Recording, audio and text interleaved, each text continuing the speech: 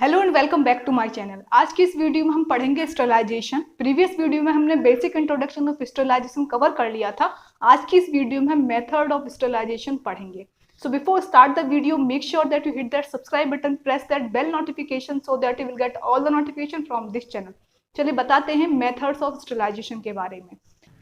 So if we will talk about method of sterilization, तो basically there are two methods of sterilization. Number first है physical method, number second है chemical method.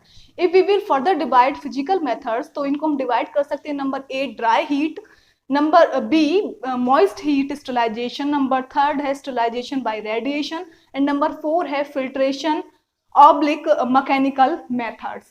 तो dry heat sterilization में there are some example. Number first है incineration, direct flame, red heat या hot air oven. So these are some examples of dry heat sterilization.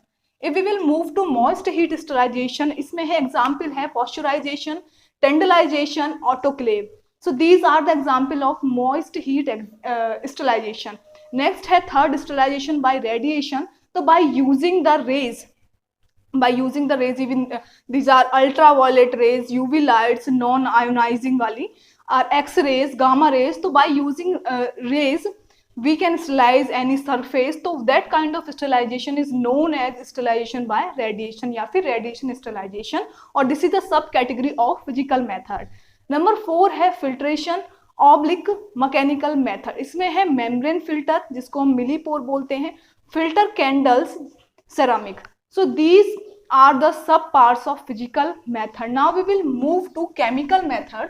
तो chemical method में है gaseous sterilisation, जिसमें example है ethylene oxide gas, formaldehyde. Number second है sterilisation by disinfectants, तो इसमें example है alcohols, aldehydes, phenols, halogens, oxidising agent and salts.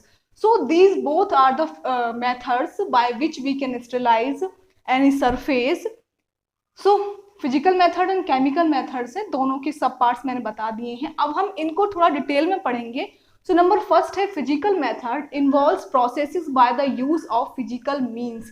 तो as the name indicate physical methods ये वो प्रोसेस इन्वॉल्व करता है जो फिजिकली हम परफॉर्म करते हैं. सो इसमें है utilisation of heat in the presence और in the absence of heat, moisture, radiation और मेम्ब्रेन फिल्ट्रेशन मेथड्स. तो इसमें क्या है, फिजिकल मेथड में यूटिलाइजेशन होता है हीट का even in the presence of heat और even in the absence of heat, moisture, radiation या फिर मेम्ब्रेन फिल्ट्रेशन मेथड से, जो यही मैंने जो प्रीवियस इसमें बताए हैं. अब इसमें जो था A part dry heat sterilisation, उसमें क्या है, heat is the most reliable and rapid method of sterilisation. Most commonly use होने वाला जो मेथड है वो हीट है. हम हीट प्रोवाइड करके ट्राई करते हैं कि हम अपने जो सरफेसेस हैं उनको हम क्लीन आउट करें, उनको माइक्रोब्स फ्री बनाएं. तो इसमें ड्राई हीट स्टरलाइजेशन में हीट जो है मोस्ट रिलायबल और रैपिड मेथड है स्टरलाइजेशन का. इसमें मैकेनिज्म क्या है, प्रोटीन डीनेचुरेशन होता है, ऑक्सीडेटिव डैमेज होता है and toxic effect of elevated levels of electrolytes. So these all are the mechanism जो होते हैं जब ड्राई हीट स्टरलाइजेशन हम करते हैं. So next है time required for sterilization is inversely proportional to the temperature of exposure. तो in this यानी कि ड्राई हीट स्टरलाइजेशन जो टाइम रिक्वायर्ड है, यानी कि जितना टाइम यूटिलाइज हो रहा है during the process of sterilization, वो इन्वर्सली प्रोपोर्शनल है किसके, temperature of exposure. Temperature of exposure यानी कि कितने टेम्परेचर पे आपने वो पर्टिकुलर सब्सटेंस रखा हुआ है. नेक्स्ट है this can be expressed as the thermal death time. अब उसको हम क्या बोल सकते हैं, थर्मल डेथ टाइम हम उसको एक्सप्रेस कर सकते हैं, which is the minimum time required. जो क्या है, मिनिमम टाइम जो रिक्वायर्ड होता है क्या करने के लिए, किल करने के लिए a suspension of micro organism at a temperature. जो मिनिमम टाइम रिक्वायर्ड होता है किल करने के लिए सस्पेंशन ऑफ माइक्रो ऑर्गेनिज्म को एक टेम्परेचर पे और एक स्पेसिफिक कंडीशंस पे.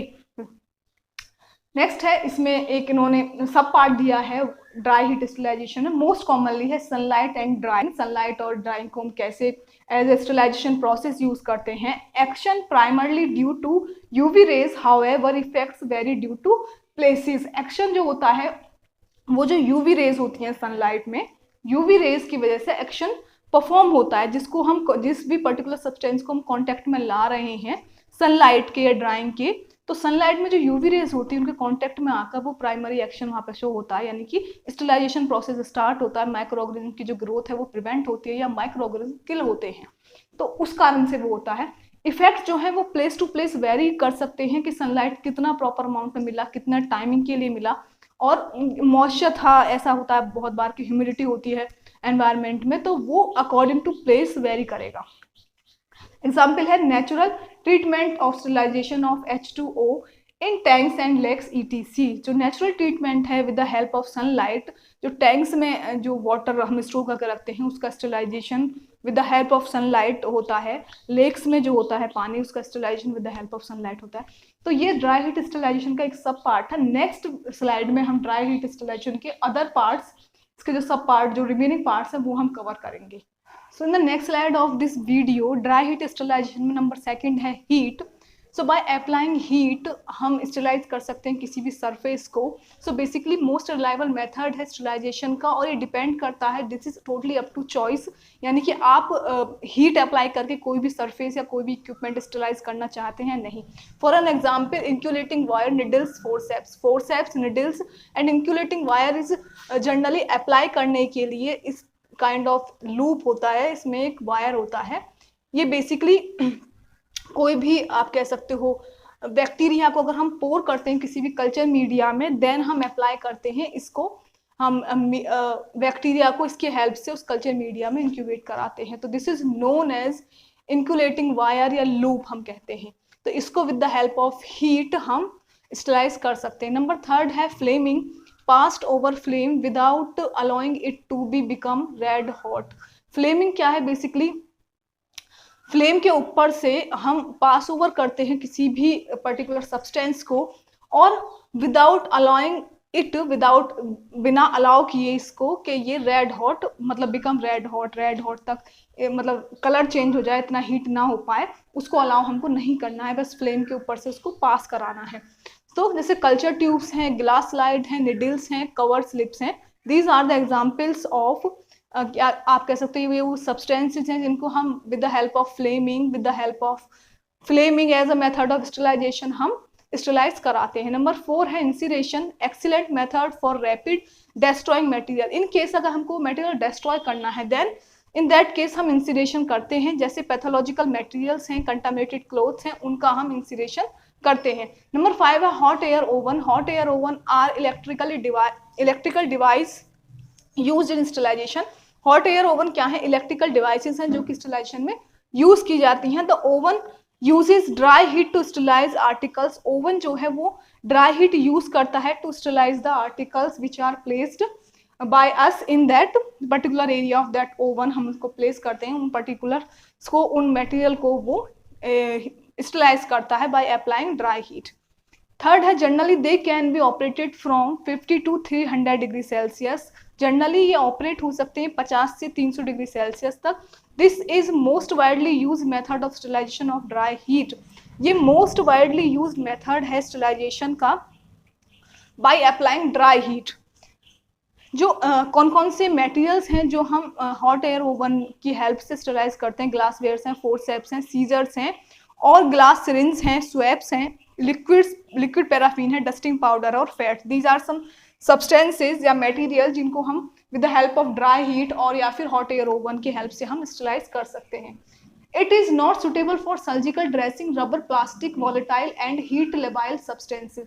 तो ड्राई हीट स्टेरिलाइजेशन जो है या हॉट एयर ओवन जो है वो सुटेबल नहीं है सर्जिकल ड्रेसिंग के लिए, रबर के लिए, प्लास्टिक के लिए, वॉलेटाइल या फिर हीट लेबाइल सब्सटेंस के लिए। हीट लेबाइल बेसिकली जो हीट सेंसिटिव सब्सटेंसेस होते हैं उनके लिए ये अप्रोप्रिएट नहीं है।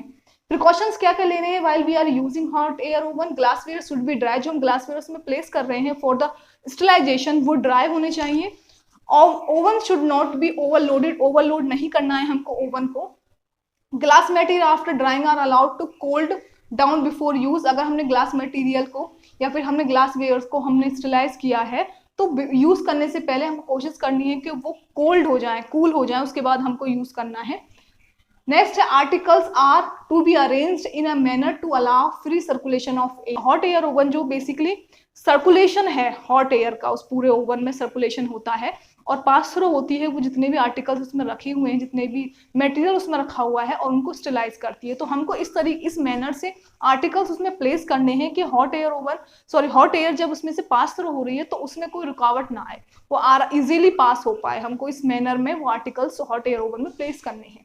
सो नेक्स्ट है इसमें, door of the oven should be open after it cools down. तो हमको जो ओवन के डोर हैं तब ओपन करने हैं तब ये कूल डाउन हो जाए, यानी कि ऐसा नहीं है कि हीट ओवन को ही हम उसका डोर हमको ओपन कर देना है, उसको ठंडा होने देना है, then we will open the door of oven, और तब हम अपने आर्टिकल्स को उससे बाहर निकालेंगे। Now we will talk about the advantages and disadvantages of hot air oven. तो नंबर फर्स्ट है, it is a suitable method for sterilization of substances destroy by moisture. ये एक सुटेबल मेथड है उन सब्सटेंसेज के लिए जो मॉइस्चर के कांटेक्ट में आके डिस्ट्रॉय हो जाते हैं, तो उस टाइप के सब्सटेंसेस के स्टेलाइजेशन के लिए ये सुटेबल मेथड है ड्राई हीट या फिर हॉट एयर ओवन। सेकंड है, they don't require water and there is not much pressure built up within the oven, क्योंकि इसमें वाटर रिक्वायर नहीं होता है, ड्राई हीट इसमें इन्वॉल्व होता है, सो बहुत ज़्यादा प्रेशर बुल्डअप करने की यहाँ पर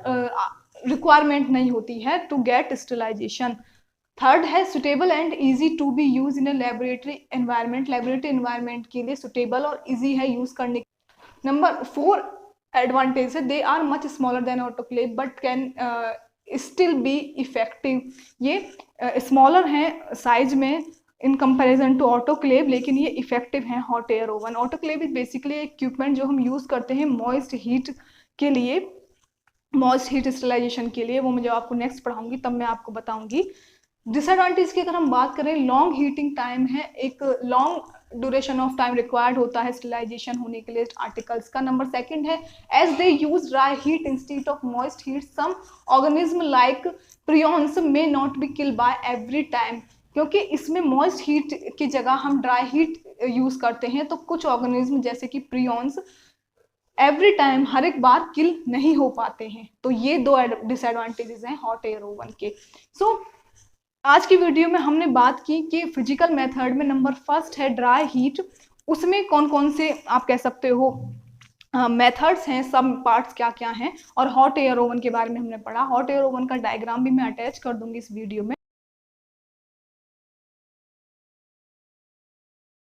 So this is it for today's video. Hope you like this video, and if you do, then don't forget to like, comment, share and subscribe to my YouTube channel, which is Farmcation. And thank you for watching this, and thank you for your all love and support. Thank you very much.